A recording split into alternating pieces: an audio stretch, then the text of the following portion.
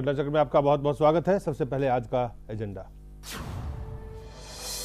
महाराष्ट्र और हरियाणा में 62 और 73% लोगों ने किया मतदान। एग्जिट पोल में बीजेपी का पलड़ा भारी। 19 अक्टूबर को होगा नतीजों का ऐलान। महाराष्ट्र और हरियाणा में मतदान हो गए। सबसे पहले चुनाव आयोग की तरफ से जो प्रेस को बताया गया वो आपको हम दिखाते हैं। क्या कहा गया? The figures of voter turnout that we have up to 5 o'clock, for which all assembly segments have filled in their details. The voter turnout was 54.5%, which is likely to exceed. The voter turnout up till 5 p.m. was 54.5%, which is because our poll time is till 6 p.m. So this voter turnout is likely to exceed 62%. Polling has generally been peaceful with moderate turnout. 2 incidents have been reported from Gadchiroli. I'll give you the details of these incidents.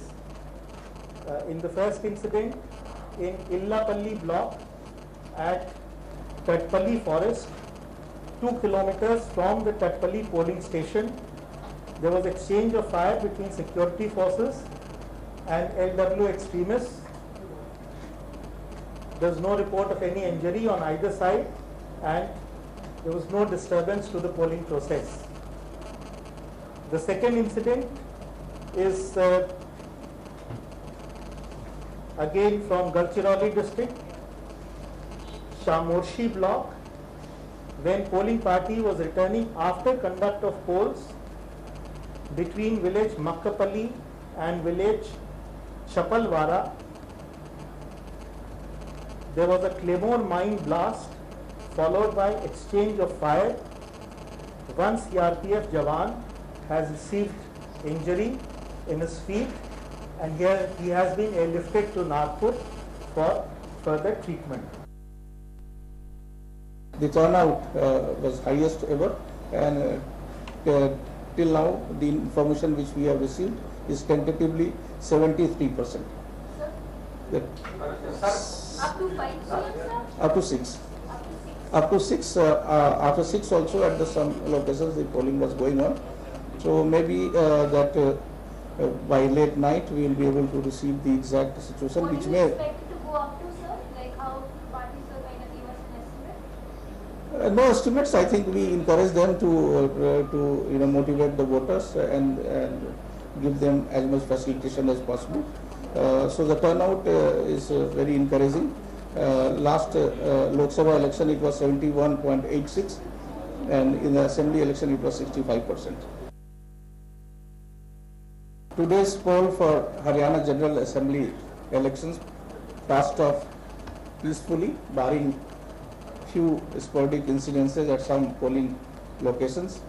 The complaints received at the ECI level from the candidates or the political parties were immediately sent to the concerned authorities and observers for necessary action. कुल मिलाकर के महाराष्ट्र और हरियाणा के लिए जो चुनाव आयोग की तरफ से 5 बजे तक के जो उनके पास आंकड़े थे, जो 6 बजे के बाद उनका उम्मीद था कि ये 62% से अधिक मतदान महाराष्ट्र में होंगे, क्योंकि उस समय तक 5 बजे तक जो आंकड़े थे वो 54.5 मतदान हुए थे। जो ताज़ा आंकड़े हैं वो लगभग 62%, 63% से ज़्यादा पूरी देर रात तक जब पूरे मतदान हो जाएंगे तो पूरे के पूरे जो क्या आंकड़ा रहा वो पता चलेगा। और हरियाणा में रिकॉर्ड मतदान 73% का बताया 6 बजे तक, और लोग लाइन में खड़े थे जब ये चुनाव आयोग की तरफ से प्रेस कॉन्फ्रेंस किया गया था। इसके साथ ही कुछ चटपट घटनाओं के अलावा लगभग मतदान शांतिपूर्ण रहा। लेकिन जो सबसे अहम बात है, रिकॉर्ड मतदान का मतलब दोनों निकाला जाता है। अगर मध्य प्रदेश को देखें, छत्तीसगढ़ को देखें, तो वहाँ सरकारें रिकॉर्ड मतदान के बाद भी वापस सत्ता में आए हैं। कई ऐसे भी राज्य रहा है जहां रिकॉर्ड मतदान हुए हैं तो वहां पे सत्ता परिवर्तन हुआ है। हरियाणा में और महाराष्ट्र में क्या होगा, इस पर हम चर्चा करेंगे। हमारे साथ इस वक्त पुष्पेंद्र कुलश्रेष्ठ, वरिष्ठ पत्रकार अजीत वर्मा, वरिष्ठ पत्रकार हमारे सहयोगी, और साथ ही साथ इरफान रसूल हैं हमारे सहयोगी, हमारे साथ स्टूडियो में है। शुरुआत करते हैं पुष्पेंद्र, इस मतदान को, प्रतिशत को कैसे देखा जाए? देखिए दिलीप, आपको याद होगा कि जब विधानसभा के चुनाव हो रहे थे अभी लोकसभा के चुनाव से पहले, चाहे राजस्थान का मामला हो, मध्य प्रदेश का मामला हो या उसके अलावा छत्तीसगढ़ का मामला हो, और वहाँ भी वोट परसेंटेज बढ़ा था। और उसने इस मिथ को तोड़ा था कि अब तक जितनी हाई जो टर्नआउट होता है वो एंटी इनकम्बेंसी में होता है। लेकिन ये अजीबोगरीब बात थी कि जहां भारतीय जनता पार्टी की सरकारें थीं, जहां नरेंद्र मोदी ने पूरी कमान संभाल रखी थी, उसी छत्तीसगढ़ में सरकार वापस आई, उसी मध्य प्रदेश में सरकार वापस आई, लेकिन राजस्थान में कांग्रेस की सरकार होने के बावजूद भी लगभग सूपड़ा साफ हो गया। और वहां स्थिति ये हो गई कि विधानसभा में कांग्रेस पार्टी के पास इतने भी वोट नहीं थे, सीटें नहीं थी कि वो विपक्ष की पार्टी बन जाती। उसमें शायद एक आधी सीट आगे पीछे हुई है। तो हम अगर ये माने कि एंटी इनकम्बेंसी या जो ज्यादा वोट परसेंटेज बढ़ता है वो सिर्फ जो है सरकारों को हटाने के लिए भी होता है और सरकारों को बचाने के लिए भी होता है। तो मध्य प्रदेश का, छत्तीसगढ़ का जो हमारा एक्सपीरियंस है वो तो कहते हैं सरकारों को बचाया उन्होंने, लेकिन राजस्थान में उसी वोट परसेंटेज ने उस सरकार को हटा भी दिया। तो हम ये मान के चलें कि इस वक्त उस अगर फॉर्मूले को न देखें, कांग्रेस के प्रति जो लोगों में गुस्सा है वो एंटी इनकम्बेंसी की शक्ल में भी नजर आता है और वो प्रो इनकम्बेंसी की भी शक्ल में नजर आता है। तो दोनों ही सिचुएशन में कांग्रेस जो है हाशिए पे जा रही है। यहां जो आप बात कह रहे हैं, हम लोग से शुरू में ही चर्चा करते रहे थे कि साहब हरियाणा के अंदर Bharatiya Janata party single largest party बन सकती है। महाराष्ट्र में भी हम लोग यही कह रहे थे कि गठबंधन टूटा है। और ये दोनों वो राज्य हैं जहां भारतीय जनता पार्टी की माजी में कभी हुकूमत नहीं रही, यहां संगठन भी कभी मजबूत नहीं रहा। लेकिन अगर जिन आंकड़ों की बात आप कह रहे हैं, जो एग्जिट पोल नजर आते हैं, उससे एक बात जरूर साबित होती है कि नरेंद्र मोदी और नरेंद्र मोदी, इसके अलावा भारतीय जनता पार्टी के क्रेडिट में आज की डेट में असेंबली में, लोकसभा में कोई दूसरा लीडर नहीं है। अगर उन्होंने इन दोनों जगहों पे बिना संगठन के, बिना कभी यहां सरकार रहे, और जो लोकल पार्टी के साथ जिसका आपका गठबंधन था वो भी आपके साथ गले गले खड़ी थी, आपके खिलाफ खड़ी थी, आपके खिलाफ आक्रमण कर रही थी, हमले कर रही थी, निजी हमले कर रही थी, उसके बावजूद भी अगर जो सरकारें बनती दिख रही हैं, अगर मैं फिर लगा रहा हूं तो ये नरेंद्र मोदी के अलावा किसी और की कामयाबी मुझे नहीं लगती। जी, वो एक पक्ष है, लेकिन कुल मिलाकर के अजीत, मतदान के बारे में क्या कहेंगे? देखिए, मतदान प्रतिशत रहा है, जिस तरह से लोगों ने मतदान किया है, जिस जोश और खरोश में दिखता है कि हरियाणा में लोगों ने उतर के मतदान किया है, इसका क्या असर होगा ये तो असल में पता चलेगा 19 तारीख को। परिणाम जब मतगणना होगा तब पता चलेगा, ऐलान जब होगा तब पता चलेगा। लेकिन कुल मिलाकर के जो तस्वीर है वो किस तरह की दिख रही है? देखिए, पोलिंग परसेंटेज से एक बात तो साफ है कि जनता मन बना कर निकली है, क्योंकि पोलिंग परसेंटेज जब हरियाणा में रिकॉर्ड मतदान की आप बात करते हैं तो हरियाणा में तो डिटरमाइंड जो वोटिंग परसेंटेज है वो ये है।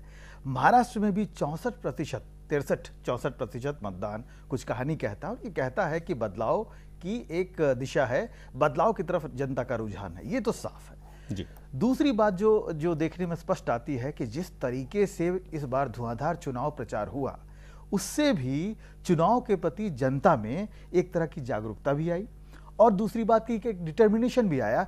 आप चाहे सत्ता विरोधी लहर कहें, किसी एक पार्टी को सत्ता से हटाने की एक ख्वाहिश थी जनता में, लेकिन ये बीजेपी के लिए डबल धमाका है। कम से कम दिवाली से पहले जिस तरीके से जो रुझान स्पष्ट आ रहे हैं, या फिर जो एक बाकी लोग जो कह रहे हैं कि भाई एग्जिट पोल का जो एक मसला सामने आ रहा है, इससे लगता है कि कुछ ना कुछ बीजेपी के पक्ष में जनता डिटरमाइंड थी। और जिस तरीके से धुआंधार चुनाव प्रचार हुआ प्रधानमंत्री मोदी की तरफ से, ये एक बहुत डिटरमाइनिंग फैक्टर था दिलीप जी।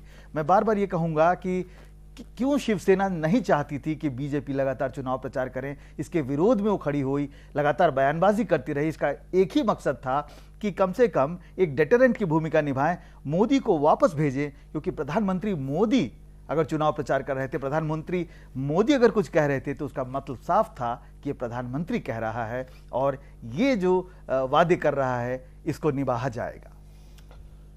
छोटा सा ब्रेक लेते हैं, ब्रेक के बाद जल्द वापस लौटते हैं।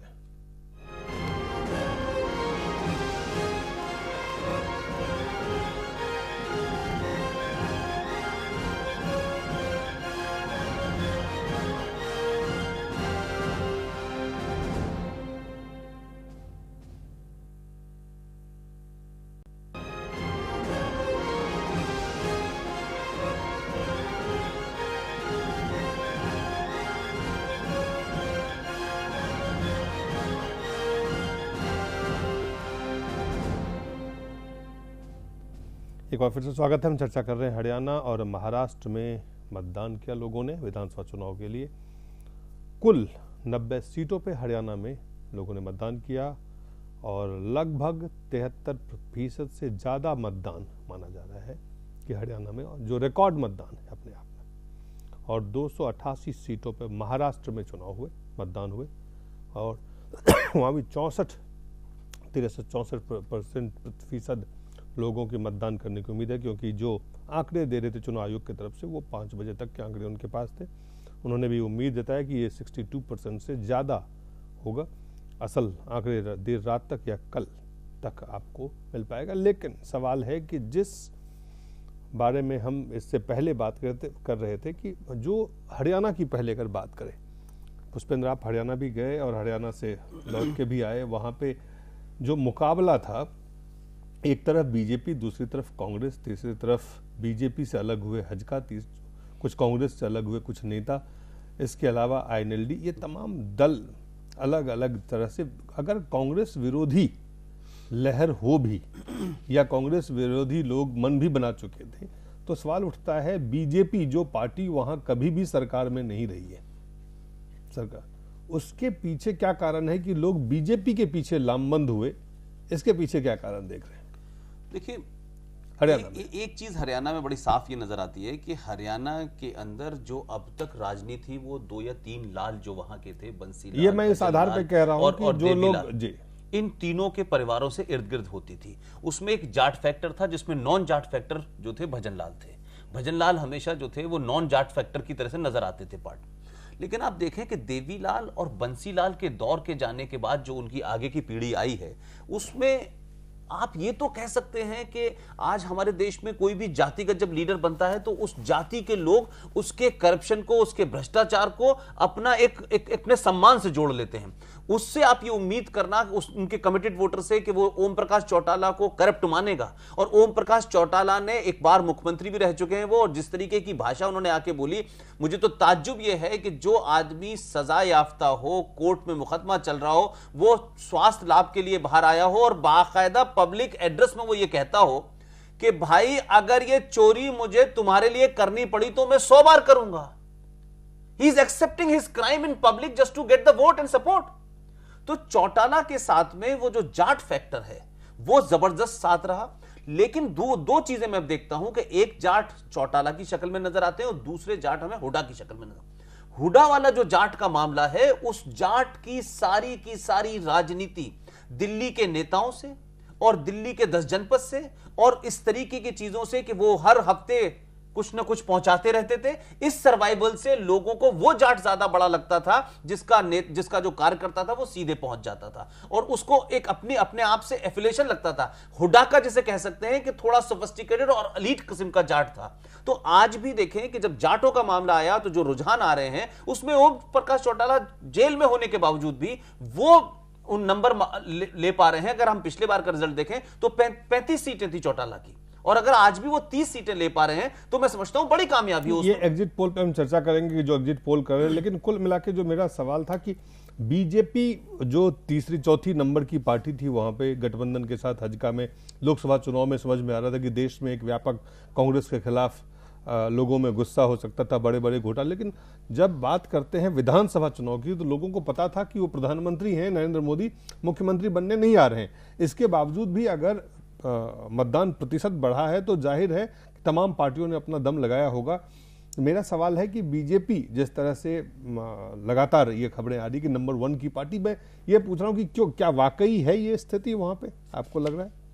नहीं, मुझे जो स्थिति है वो ये थी कि जब जैसे ही चुनाव प्रचार ने जोर पकड़ा तो ये बिल्कुल मालूम था कि कहीं ना कहीं INLD को सहानुभूति वोट मिलेगा, लेकिन बीजेपी अगर नंबर 1 पायदान पे रहेगी ये भी तय माना जा रहा था, क्योंकि जिस तरीके से देश में लोकसभा चुनाव में कांग्रेस वर्सेस बीजेपी एक उभर के राष्ट्रवादी पार्टी जिस तरह उभर के आई, तो ये साफ तौर पे लगने लगा। और जिस तरह प्रधानमंत्री खुद चुनाव मैदान में उतरे थे तो ये स्पष्ट हो गया था कि कहीं ना कहीं ये पोलराइज हो जाएगा ये राजनीति। दूसरी बात ये देखने को आई कि देखिए, कांग्रेस शासन में, हुड्डा शासन में हरियाणा में विकास हुआ, ऐसा नहीं है कि विकास नहीं हुआ, विकास ना हुआ का जो नारा है वो गलत है, मेरा अपना आकलन है और मैंने जो महसूस किया है। लेकिन जो वहाँ के लोग थे, समृद्धि तो आई, लेकिन उनको वो जो मुकाम होता है, जो एक सामाजिक स्तर पर जो उनको स्थान मिलना चाहिए देश में, वो स्थान प्राप्त नहीं हो रहा था। वो हुड्डा साहब की सबसे बड़ी गलती थी और हुड्डा के पतन का शायद यही कारण है, बीजेपी के उभार का यही कारण है, यही वजह है।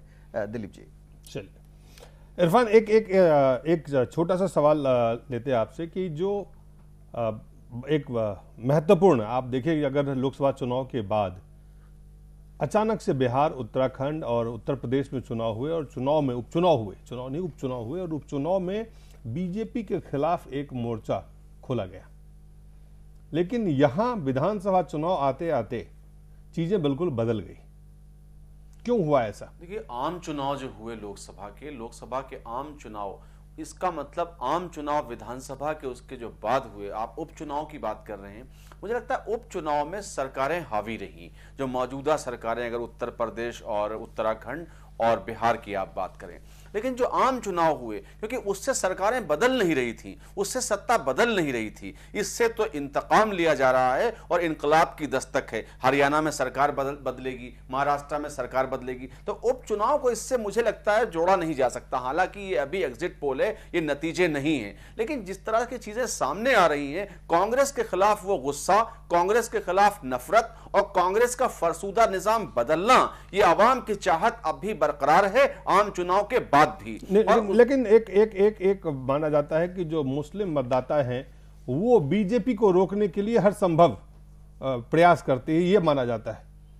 नहीं, मुझे लगता है कि ये बात आप जो कह रहे हैं, ये अमूमन इससे पहले मैं ये बात कह रहा था आपके सवाल से पहले कि ये ठीक है, लेकिन कांग्रेस से नफरत भी कम नहीं है और कांग्रेस का चूंकि निजाम रह चुका है, हुकूमत रह चुकी है, इसलिए मुसलमानों को कुछ पूछना नहीं है कि कांग्रेस कैसी सरकार कांग्रेस ने दी या कैसी रही, कई टर्म हरियाणा में और कई टर्म महाराष्ट्र में, तो इसलिए ऐसा नहीं, कांग्रेस को आजमा चुके हैं, अब किसी और को आजमाना है। आप जो बात कह रहे हैं, हो सकता है कि कहीं ना कहीं ये हो कि भाई एक बार इनको देखो। जी, एक छोटा सा ब्रेक लेते हैं, ब्रेक के बाद जल्द वापस लौटते हैं।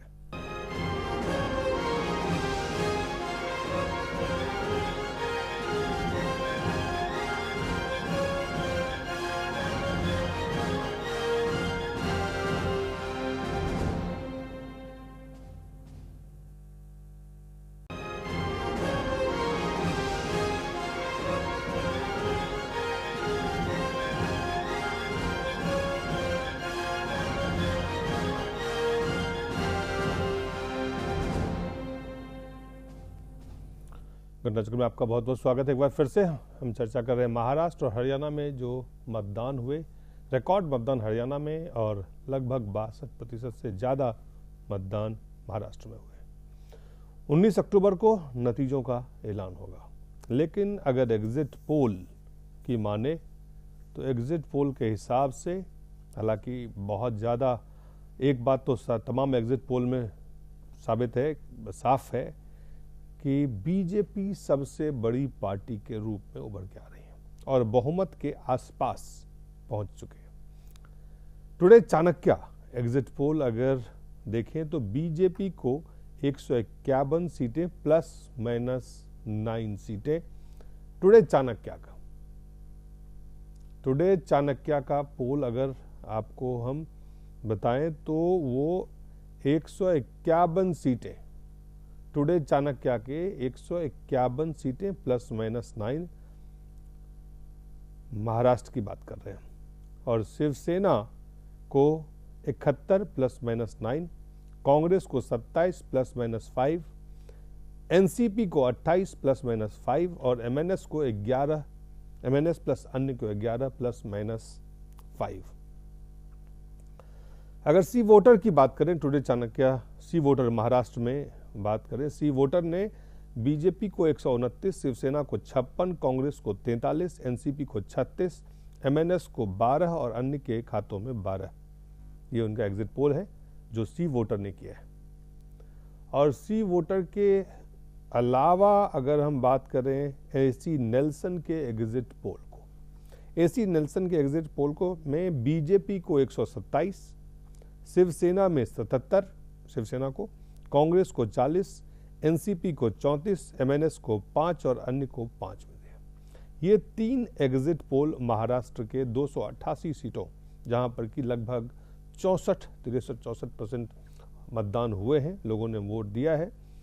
और ये आंकड़े आ रहे हैं अलग अलग जो एजेंसी, टुडे चाणक्य जो 151 ±9, सी वोटर 129 ±9 और बीजेपी 127 प्लस जो स्थिति है ये है।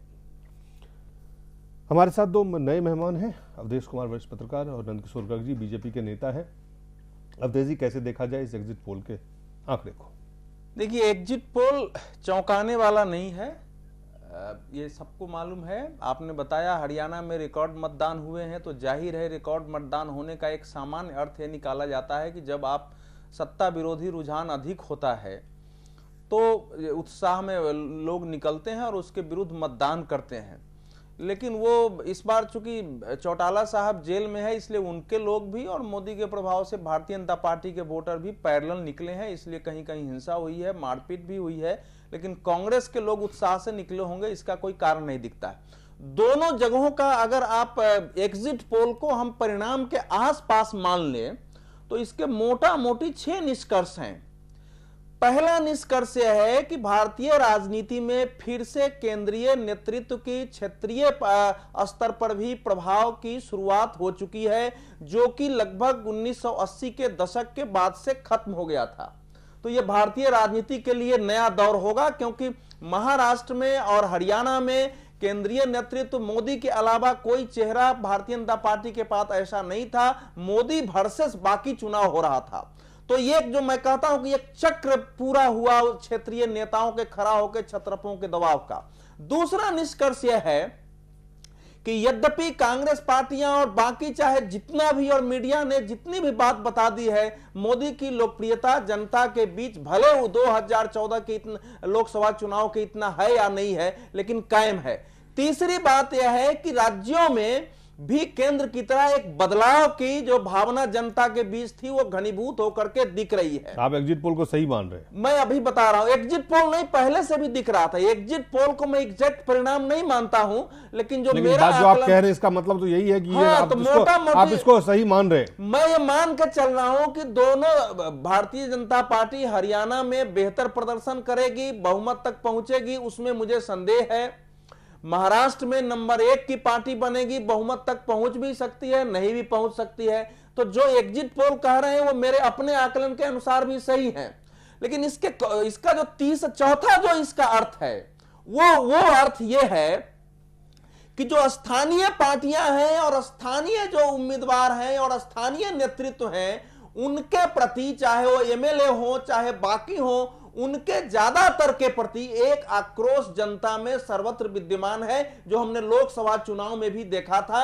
और उनके भी अगर उनके सत्ता विरोधी जो रुझान है उसको कम करने में स्थानीय स्तर के नेता कमजोर पड़ रहे हैं, वहां भी केंद्रीय नेतृत्व का प्रभाव पड़ा है।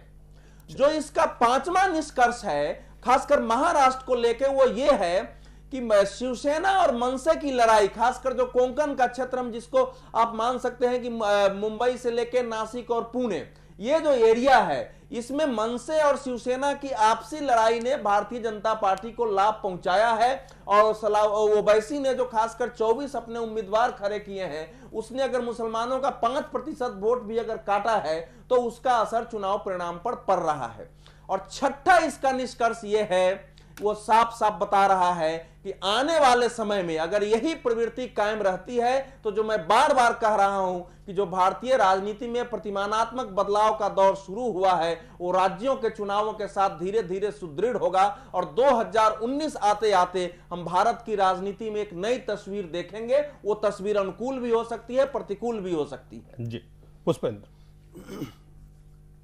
देखिए जो एग्जिट पोल है, नहीं एग्जिट पोल पे तो देखिए मोरलेस हम सबकी राय यही थी कि हरियाणा के अंदर आप मानते हैं कि ये सही होगा? मुझे लगता है कि मोरलेस ठीक है, लेकिन एक चीज मुझे लगता है कि हरियाणा कौन सा पोल सबसे ज्यादा नजदीक लग रहा है आपको? देखिए, एक तो हमारे यहाँ अगर आप क्रेडिबिलिटी की बात कहें तो जो एग्जिट पोल चाणक्य करता है, जनरली लोग उस पर यकीन करते हैं, 2 बार वो प्रूव भी हुआ है। लेकिन इस बार का जो सारे पोल हैं उसमें एक चीज तो ईमानदारी से समझ में आ रही है कि जिस तरीके से हाईएस्ट पोलिंग हुई है 72 से ऊपर हरियाणा में हुई है, ये गुस्सा है और गुस्सा हुडा कांग्रेस के खिलाफ है। मैं वहीं जा रहा हूं, इसलिए मुझे लगता है कि हरियाणा के अंदर भारतीय जनता पार्टी अपना आंकड़ा 50 क्रॉस कर रही है, ये मुझे समझ में आता है अगर आप इन सबको देख लें।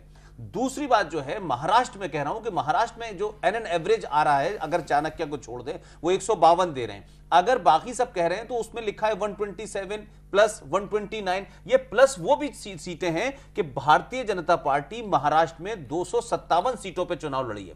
उसने 31 सीटें उन 4 छोटी पार्टियों, जिसमें रिपब्लिकन पार्टी है, स्वाभिमानी शेतकारी संगठन है, शिव संग्राम है, इन सब के लिए छोड़ा है। और इन 31 को मिलाकर के 127 आ रहा है, बीजेपी प्लस 127, बीजेपी 129 प्लस। तो ये जो मैं कह रहा हूं, इन 4 पार्टियों की जो छोटी हैं, अगर इनकी 10-12 सीट भी हैं तो खुद भारतीय जनता पार्टी अपने बल पे कोई 115-120 सीटें ला रही है, जिसके बारे में आपने भी पहले कहा था कि भारतीय जनता पार्टी अपने बल पे 120 से ज्यादा नहीं लाएगी। लेकिन सवाल सबसे बड़ा यह है कि देखिए, हम ये तो मान रहे थे कि दोनों राज्यों में हमने तो एक आकलन किया था, यहां तो एग्जिट पोल के नहीं, आपका आकलन और लोगों ने जो पूरा उसमें इतना बड़ा इंफ्रास्ट्रक्चर इस्तेमाल किया और आपने एक बार हवा का रुख देखा, दोनों के अप्रोच में फर्क है। लेकिन अगर अप्रोच आपके सिर्फ हवा के रुख देखने से पता चल रहा है और यहां इतनी बड़ी कंपनियां काम कर रही हैं, तो दोनों के प्रोफेशनलिज्म का भी सवाल है। मैं ये कहना चाह रहा हूं कि आप सबसे बड़ा सवाल जो इस वक्त नजर आता है, जो भारतीय जनता पार्टी और नरेंद्र मोदी के लिए सबसे संकट का मामला होगा, वो महाराष्ट्र में अगर भारतीय जनता पार्टी 130 पे या 125 पे रुक जाती है, तो एक बात तो सच है कि नरेंद्र मोदी ने दोनों राज्यों में जहां भारतीय जनता पार्टी का ना संगठन मजबूत था, ना कभी सरकारें थी, आज वहां नंबर 1 बना दिया। लेकिन जिस तरीके की तलखी हुई है, जिस तरीके के दोनों के बीच में जुमले हुए, खासतौर में बीजेपी शिवसेना की बात कर रहा हूं, उसको लेकर के मुझे लगता है कि क्या भारतीय जनता पार्टी उस शिवसेना के पास जाएगी जिसमें उनके पिताजी तक को लोगों ने घसीट लिया, उनको पितृपक्ष का कौवा कहा, उनको अफजल खां की फौज कहा। या तो आप ये मान लें कि राजनीति के हिसाब से दोनों एक दूसरे पे सवाल करते हैं। जी, कई किस तरह के समीकरण बने, उस पर हम चर्चा कर सकते हैं। लेकिन मेरा सवाल अजीत आपसे भी वही है कि क्या इन आंकड़ों को चुनाव से पहले, हालांकि लगातार एग्जिट पोल हमेशा से, जब से इसकी शुरुआत हुई है, देश में होता रहा है, ज्यादा से ज्यादा एग्जिट पोल गलत साबित हुए? देखिए, कंजर्वेटिव एस्टिमेट भी अगर हम लेकर चलें तो एक मुश्त जो इतने सारे एग्जिट पोल आए हैं, और उसका सबसे बड़ा नमूना 2004 का था। 2004 का नमूना था। इंडिया शाइनिंग का बहुत बड़ा प्रचार करने के बावजूद बीजेपी हारी, एनडीए हारी और कांग्रेस सत्ता में आई। लेकिन इस बार वो प्रायोजित माना जाता है। इस बार कम से कम 2004 और 2014 में फर्क है, 10 साल का अंतर है। 10 साल में हम लोगों ने भी जो करते हैं एग्जिट पोल, जो कंपनियां करती हैं, जो लोग इन्वॉल्व हैं, कम से कम वो भी मैच्योर हुए हैं। तो एक अगर हम कंजर्वेटिव एस्टिमेट भी लें तो कम से कम इतना तो है कि पक्ष भाजपा के पक्ष में मैं इसलिए हवा है जी। और कहीं ना कहीं अगर बहुत हवा जो है, मैं वही कह रहा हूं, ये हवा है या जमीन पे भी कुछ है? 2004 में जो हुए थे, 2014 में नंदकिशोर गर्ग जी, कहीं 2004 वाली स्थिति तो नहीं होने वाली है इस एग्जिट पोल के हिसाब से? 2004 में माननीय प्रधानमंत्री जो उस समय थे जी, रिजल्ट से पहले उन्होंने मुझे कहा था, व्यक्तिगत तौर पर सीधी बात हुई थी, कहने हम हार रहे हैं। वो तो आपको कहा था, वो मैं समझ, मेरा सवाल है कि जो एग्जिट पोल पे आ रहा हूं ना जी, कि आज जो पॉलिटिकल लोग हैं वो एग्जिट पोल वालों से ज्यादा समझदार ये है कि उनको मालूम है कि वस्तु स्थिति क्या है। मैं हरियाणा में तो घूमा हूं और महाराष्ट्र में गाली गलौज सुना है। जितना गाली गलौज ज्यादा दिया है, उससे बड़ा स्पष्ट है कि आज शिवसेना बौखलाहट में प्रधानमंत्री को क्या क्या नहीं बोल गई, और वो शांत स्वभाव से अपनी 27 मीटिंग है। दूसरी तरफ मनमोहन सिंह स्टार प्रचारक थे, 2 नंबर पे थे, कहीं बुलाया भी नहीं गया। राहुल को जहां बुला लिया वो कह रहे सिरदर्दी आ गई, हमारा टाइम वेस्ट हो रहा है। ये सारी स्थिति मैंने लोगों से, जो कांग्रेसी मित्रों से भी बातचीत हुई। हरियाणा में मैंने पहले भी यहाँ बोल के गया था 50 सीटें आएंगी, मैं आज भी कह रहा हूँ कि 50 ± 3-4 सीट होंगी। और महाराष्ट्र में 150 सीटों का आंकड़ा निश्चित तौर पर छुएंगे, क्योंकि कांग्रेस और एनसीपी। आधार क्या है इसका? आधार हमने जो काम किया, मेरा आपको 2-2 आपकी महीने महाराष्ट्र में सरकार नहीं थी, आपकी तो आपके हरियाणा में आपकी कभी सरकार नहीं रही। आज हमारा आप किस आधार पर प्रधानमंत्री नरेंद्र मोदी देश के प्रधानमंत्री हैं, वो महाराष्ट्र में और हरियाणा में जाके मुख्यमंत्री बन नहीं सकते हैं? वो प्रचार उन्होंने किया है, उनका असर है उनका। जी, उस असर को जो कैडर ने, मुझे मालूम है कि 2-2 महीने मेरे मध्य प्रदेश के कार्यकर्ता, हिमाचल के कार्यकर्ता, पूरे हरियाणा में एक एक सीट के ऊपर बूथ मैनेजमेंट के अंदर, राजस्थान के कार्यकर्ता, दिल्ली के कार्यकर्ता, पूरे महाराष्ट्र और हरियाणा में जो नीचे काम करना था उसके लिए लोग गए हुए थे। ऊपर का काम मोदी जी ने किया और हमारा नेतृत्व। कार्यकर्ता जरूर होंगे, कार्यकर्ता बीजेपी के पास रहा है, 2004 में भी था। सवाल है मतदाता का फैसला का, बूथ मैनेजमेंट उसका क्या आधार है कि मतदाता आपको 75% पोलिंग अपने आप तो नहीं हो गया ना, कार्यकर्ता लेके आए हैं। तो आप हाईएस्ट पोलिंग, जो ज्यादा पोलिंग हुआ उसको अपने पक्ष में आप देख रहे हैं? बिल्कुल अपने पक्ष में है। आज की तारीख में जो कांग्रेस को, उसका मतलब हमेशा ये नहीं होता है कि वहां पे सरकार नाम से उसका मतलब सेकंड आ रहा है जी, कांग्रेस तो 4थे या 5वें नंबर पे जा रही है, उससे ज्यादा। ये तो एग्जिट पोल कह रहे हैं। मेरा सवाल एग्जिट पोल पे ही है। मैंने एग्जिट पोल 2004 में, मैं अभी तक एग्जिट पोल देखने का अवसर नहीं मिला। मैं पहले दूसरे दूरदर्शन पे था, उसके बावजूद मैं अपनी व्यक्तिगत अनुभव से व्यक्तिगत विजिट्स किए। मैंने करनाल गया हूं, बहादुरगढ़ गया हूं, भिवानी गया हूं, रोहतक गया हूं, कुरुक्षेत्र गया हूं। मैं उसके आधार पे बोल रहा हूं। चलिए अवधेश, यही सवाल मैं आपसे पूछ रहा हूं, लेकिन आपने अलग उसके पहलू गिनाए। मेरा सवाल ये है कि इस एग्जिट पोल को क्यों माना जाए कि ये सच ही होगा? देखिए, ऐसा है कि चुनाव के पूर्व जो हम परिणामों का आकलन करते हैं, उसमें क्या आधार हम देते हैं? एक तो आधार देते हैं कि सबसे ज्यादा प्रबंधन, सबसे ज्यादा रैलियों में लोगों की उपस्थिति, लोगों की प्रतिक्रियाएं कैसी रही हैं, एक तो हम ये देखते हैं। तो उसके आधार पर भारतीय जनता पार्टी ने महाराष्ट्र में सबसे अधिक 325 रैली की है। कोई पार्टी आधा तक भी रैली नहीं कर पाई है। इसका मतलब वो स्थानीय नेताओं की रैली नहीं है। इसमें मैं नितिन गडकरी, नरेंद्र मोदी, अमित शाह, फडणवीस और वो जो लड़की है पंकजा, केवल इतने का, बस इतने लोगों ने मिलकर 325 रैलियां की हैं।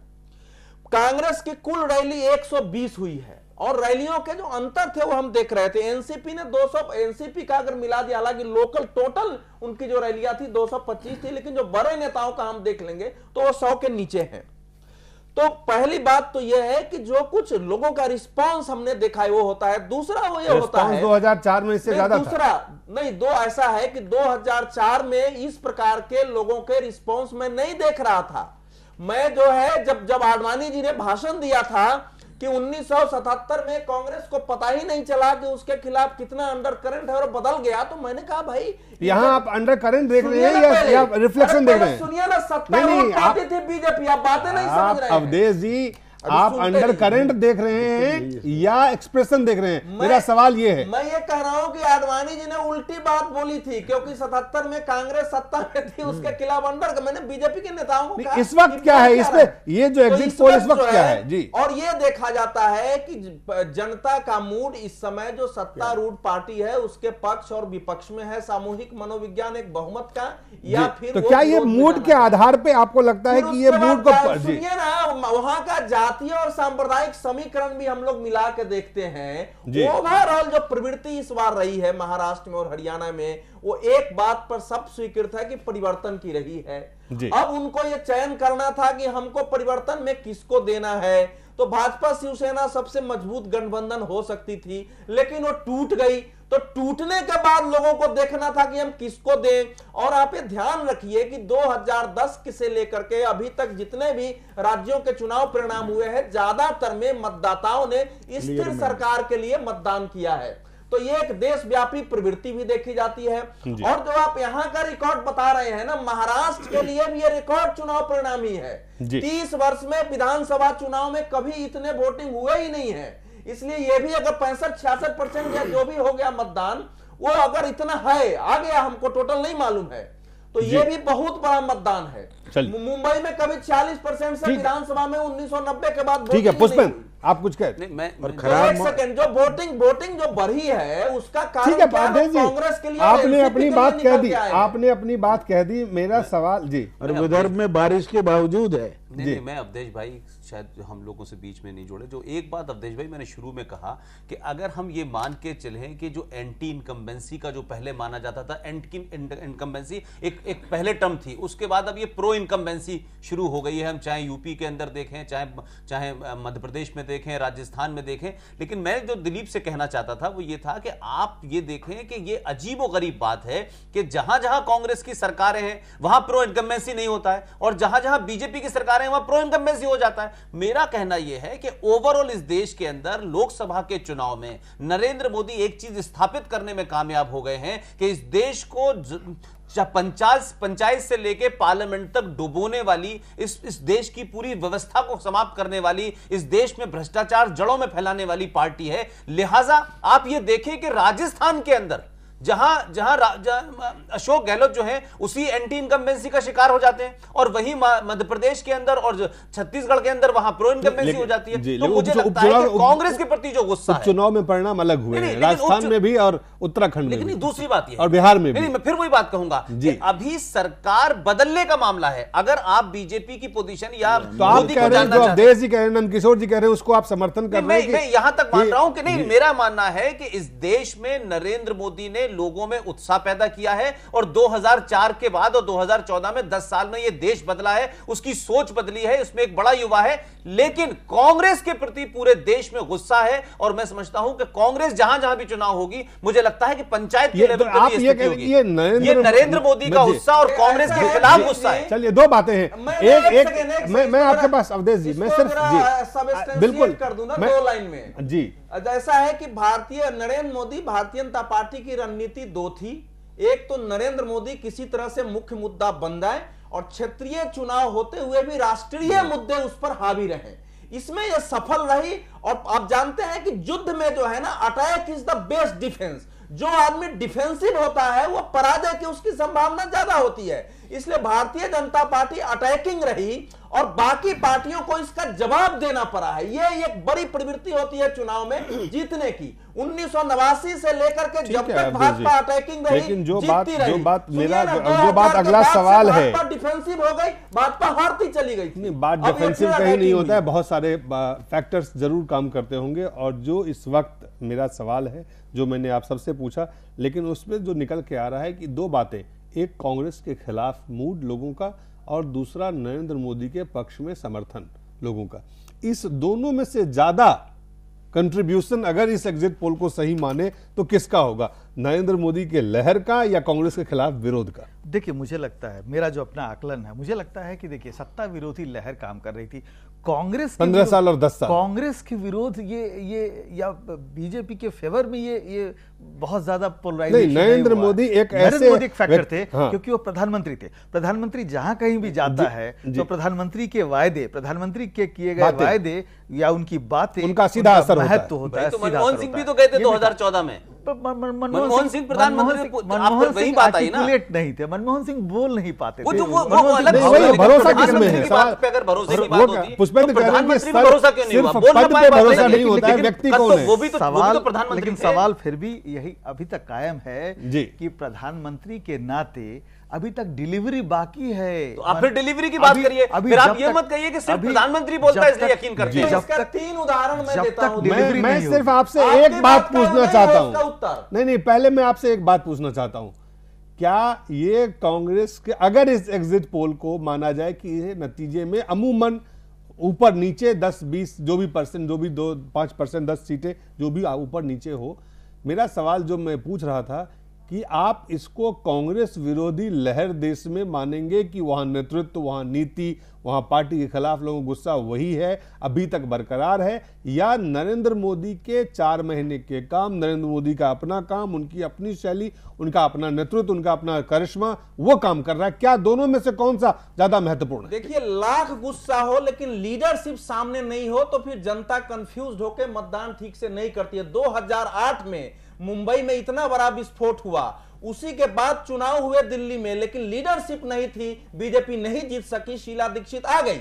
2008 में संसद में इतना बड़ा घूस कांड हुआ विश्वास मत में, लेकिन 2009 तक जो है आर्थिक संकट देश पर आ गया, लेकिन बीजेपी ने लीडरशिप प्रेजेंट नहीं किया, लोगों को मजबूरी में कांग्रेस को वोट देनी पड़ी। आप कह रहे हैं मोदी का करिश्मा जो है लीडरशिप का करिश्मा है, सत्ता विरोधी होता है, लेकिन लीडर का काम होता है। चलिए, पॉइंट वेल टेकन सर, बहुत अच्छा आपने साफ कर दिया कि नेतृत्व जिस पे भरोसा करने लायक हो उस पे आज लोग भरोसा कर रहे हैं जब उन्हें निर्णायक कोई ऐसा काम निर्णायक करना होता है। एक छोटे से ब्रेक के बाद सीधे नंदकिशोर जी के पास पहुंचेंगे।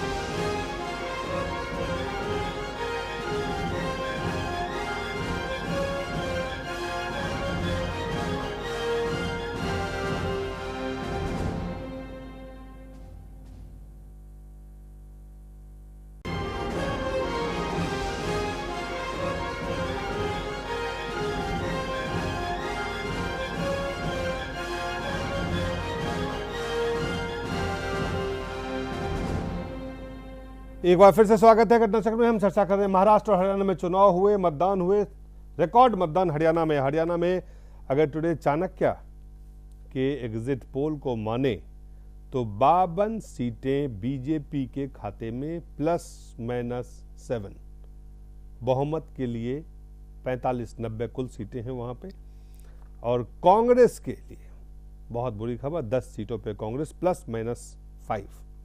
INLD जिसको माना जा रहा था कि दावे जो लड़ाई है असल में बीजेपी और INLD के बीच में है, 23 सीटें ±7, और अन्य के पक्ष में 5 सीटें ±3। ये आंकड़े हैं हरियाणा के टुडे चाणक्य का एग्जिट पोल। नंदकिशोर गर्ग जी, आप कह रहे थे कि ये एग्जिट पोल हो ना हो, ये आपका भी आकलन यही था। मैं तो आपको 7 दिन पहले भी बोल के गया हूँ, मैं हरियाणा उसके बाद फिर होके आया हूँ जी। मैं हरियाणा का, मेरा जन्म है, मैं हरियाणा के लोगों को समझता हूँ। वहाँ पर आज की तारीख में 2 सेंटीमेंट थे कि गुलाबी गैंग को हराना है।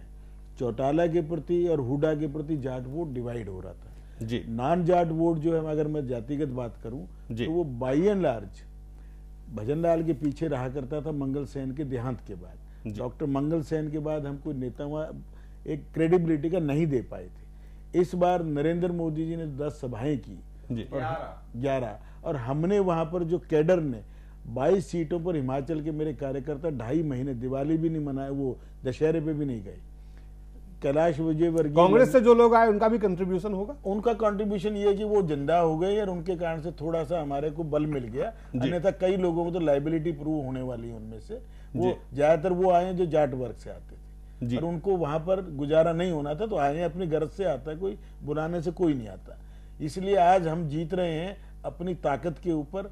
शहरों के अंदर हम थे, जिलों के हेडक्वार्टर पर हम थे, गांव में पहली बार पहुंचे हैं। गर्ग साहब, ये जो भारतीय जनता पार्टी की अदा हो गई है कि जब आप चुनाव लड़ने जा रहे थे तो आपकी पार्टी की और संघ के लोग मानते थे कि आपके पास 25 से ज्यादा का टिकट देने वाले लोग नहीं है। अब मेरी बात, हमने जब हमारे पास कुछ नहीं था, गर्ग साहब लड़ाए थे, वो अलग बात है, 50 की जमानत। गर्ग साहब, लेकिन अभी तो एग्जिट पोल बाहर आया है और आपने इतनी तेजी से ये बताया है कि ये लाइबिलिटी हो गए, जिनको लेने के लिए केंद्रीय नेतृत्व बड़ी बड़ी मीटिंगें कर रहा था और कहा जा रहा था कि जाट लीडर हमारे पास नहीं है। किसी को जाट के नाम पे ले रहे थे, किसी को यादव के नाम पे ले रहे थे, और आपने कांग्रेस के इतने लीडर्स को लिया और अभी एग्जिट पोल आते आते आपने उन्हें अपने कंधे से उतार दिया। किसको उतार दिया? आपने कहा कि हमें इनकी पता नहीं, जरूरत नहीं है और ये लाइबिलिटी होने वाले हैं। 19 तारीख को 2-3 लोगों का देखना, वो स्वयं नहीं जीत रहे हैं जी। चलिए, लेकिन चलते चलते सिर्फ ये आपसे जानना चाहेंगे, आप गर्ग साहब, क्या दोनों जगह आपके अपने स्पष्ट बहुमत से सरकार बनेगी? निश्चित तौर पर बनेगी जी। और कौन होंगे मुख्यमंत्री? दोनों के मुख्यमंत्रियों में नाम बड़े, अब 2-3 नामों तक हैं जी। ये कौन है 2-3 रिजल्ट आने तो बता देंगे, अभी नहीं बताना चाहेंगे। मैं उतना अधिकारी की वो नहीं हूँ बीजेपी का। अवधेश जी, कौन होंगे मुख्यमंत्री महाराष्ट्र अगर एग्जिट पोल सही हुआ? आप भी कह रहे हैं सही होगा। महाराष्ट्र में तो नितिन गडकरी को होना चाहिए। सबसे ज्यादा 104 सभाएं उन्होंने संबोधित किया है। उन्होंने जरूर कहा है कि मैं दिल्ली में ठीक हूं, लेकिन ये नहीं कहा है कि मैं मुख्यमंत्री नहीं बनूंगा। तो बाकी जो है 2 नेता और हैं जिनका नाम एक पहले ये ले चुके हैं, यहीं के विद्यार्थी परिषद का कार्यकर्ता गया है, वहां चुनाव लड़ा है, युवा है, वो भी हो सकता है, विनोद तावरे, फडणवीस हो सकते हैं। लेकिन मुझे लगता है कि मुझे अगर दांव लगाना होगा तो मैं नितिन गडकरी, अगर आपको बनाना होगा उपयुक्त तो इस सरकार के काम करने के लिए, मैं नितिन गडकरी को जो है फेवर करूंगा अगर मुझे बनाना होगा। अगर आपको बनाना हो, आप चाहें तो आप नितिन गडकरी के हरियाणा में मुझे बनाए हो तो भले ये हमारा समर्थन नहीं करे, मैं इंद्रजीत को जो है उसको सपोर्ट करूंगा। चलिए, भले वो कांग्रेस वो अभी वो आप पुष्पेंद्र, कौन कौन से नाम है सरकार, अगर आपको भी लगता है सरकार बनने जा रही है दोनों जगह बीजेपी की? देखिए, सरकार तो बनी जाएगी, सरकार बन जाएगी, ऐसा नहीं होने जा रहा क्या कहते हैं कि जो नाराजगी है तलखी उसकी वजह से सरकार ना बने। देखिए, देवेंद्र फडणवीस के साथ यह है कि उसके शिवसेना से संबंध अच्छे हैं। नितिन गडकरी की बात जो आप कह रहे हैं, नितिन गडकरी शुरू से जो अगर खुद स्पष्ट बहुमत हो तो तब भी मैं मानता हूं क्या कहते हैं कि देवेंद्र फडणवीस बनेंगे, क्योंकि मुझे नहीं लगता, लेकिन उनका कोई अनुभव नहीं है। नहीं, ये वो आपको लगता है कि वो अब आप कहिए कि प्रधानमंत्री का नरेंद्र मोदी का अनुभव नहीं था, ये तो कोई बात नहीं। मुख्यमंत्री रह चुके थे 15 साल, तो मुख्यमंत्री 10 साल मुख्यमंत्री थे, लेकिन मुख्यमंत्री और प्रधानमंत्री में अलग अलग ठीक बोल रहे हैं। देवेंद्र फडणवीस का पक्ष मजबूत है, अगर जब उन्होंने जितने भी उनके खिलाफ षड्यंत्र थे सब चीजों को सबसाइड कर दिया और जीते। और दूसरी बात यह है कि देखिए, अगर उनको साथ लेना होगा तो शिवसेना के बगैर भारतीय जनता पार्टी, एनसीपी, ये तमाम सारी चीजें हो, लेकिन नहीं लेगी। शिवसेना से उनके संबंध अच्छे हैं और शिवसेना इस पर मान जाएगी। जी, अजीत, गडकरी पे नहीं मानेगी। आप अभी भी आप अपना रिजर्व रखेंगे 19 तारीख के लिए, या आप भी कुछ नाम को? नहीं, मैं नाम अभी प्रपोज नहीं करूंगा, लेकिन मैं ये कहूंगा कि सरकार बीजेपी की बनेगी, सरकार बीजेपी की बन सकती है और बन सकती है, बनेगी नहीं बनेगी, ये आकलन एक जर्नलिस्ट नहीं कर सकता, क्योंकि अभी स्थिति ये है, बन सकती है तो आपको संशय है। शिवसेना सबसे बड़ा लूजर है जी। शिवसेना को अभी अफसोस हो रहा होगा कि क्यों वो भाजपा से उसका गठबंधन नहीं हुआ। दूसरी ओर जो हरियाणा में सबसे बड़ा लूजर है वो INLD है, दोनों को अफसोस हो रहा है जी। मगर अभी स्थिति साहब जी, लेकिन एक चीज नहीं लगती दिलीप आपको कि हरियाणा के अंदर बंसी लाल की राजनीति और भजन लाल की राजनीति का जो लंबा था ये अब जो है पीछे चली गई है, और जाटों की राजनीति को ये स्थापित, अगर हम ये जो एग्जिट पोल कह रहे हैं जाटों की राजनीति, अगर एग्जिट पोल में आपको नहीं, मैंने इसलिए कहा कि अगर हम इस एग्जिट पोल को देखें तो ओम प्रकाश चौटाला ने साबित किया कि देवीलाल की विरासत को वो जमीनी स्तर पर पकड़े हुए हैं। जाटों की राजनीति हुड्डा के पास नहीं है, बिश्नोई की राजनीति समाप्त होती नजर आ रही है, और जो बंसीलाल का जो पूरा कुनबा था वो भी हाशिए पे जा रहा है। मुझे ऐसा लगता है कि ये जो लालों की धरती जानी जाती थी, इसमें से 2 लाल जो हैं वो बाहर हो रहे हैं। एक मोदी ने कहा कि बिल्कुल एक सेंटेंस सबसे अहम बात क्या निकल के आपको दिख रहा है नंदकिशोर जी? सबसे अहम एक चीज, सिर्फ एक, हरियाणा को पिछले 50 साल में 3 लालों ने लूटा था, और इस बार उससे ज्यादा हुड्डा और उसके परिवार ने 2 जिले गिरवी रख दिए, 10 जनपद। अवधेश जी, एक सबसे अहम बात, एक सबसे अहम बात मैं यही मानता हूं कि हम लोग जो मान रहे थे कि देश की लोकतंत्र और चुनाव के प्रति लोगों में एक निरपेक्ष और निराशा का भाव है, वो नहीं है। चलिए, देश में ये एक अजीत जी एक वन सेंटेंस जी, मुझे लगता है कि सत्ता विरोधी लहर के कारण जो भी पार्टी सत्ता में रही है वो बाहर हो रही है, और गठबंधन मजबूरी है, गठबंधन की सरकार बनाना मजबूरी है महाराष्ट्र में। हालांकि हरियाणा में लग रहा है कि भाजपा अपने लास्ट वर्ड। मुझे लगता है कि इस देश के लोग जो है राष्ट्रीय गठबंधन की सरकार है, इसलिए क्षेत्रीय पार्टियों की समाप्ति मुझे नजर आ रही है। लगातार हर प्रदेश की क्षेत्रीय पार्टियां हाशिए पे जा रही हैं, समाप्त हो रही है। कश्मीर, ये मुझे लगता है कि क्षेत्रीय पार्टियों की जो दबंगई थी, ब्लैकमेलिंग थी, उससे लोग चला गए थे। लोग अब राष्ट्रीय स्तर पर सोच रहे हैं और क्षेत्रीय पार्टियों को एक तरीके से ठंडे बस्ते में लगा। अवधेश जी बहुत बहुत धन्यवाद, नंदकिशोर जी, पुष्पेंद्र जी, अजीत जी, आप सबका बहुत बहुत धन्यवाद।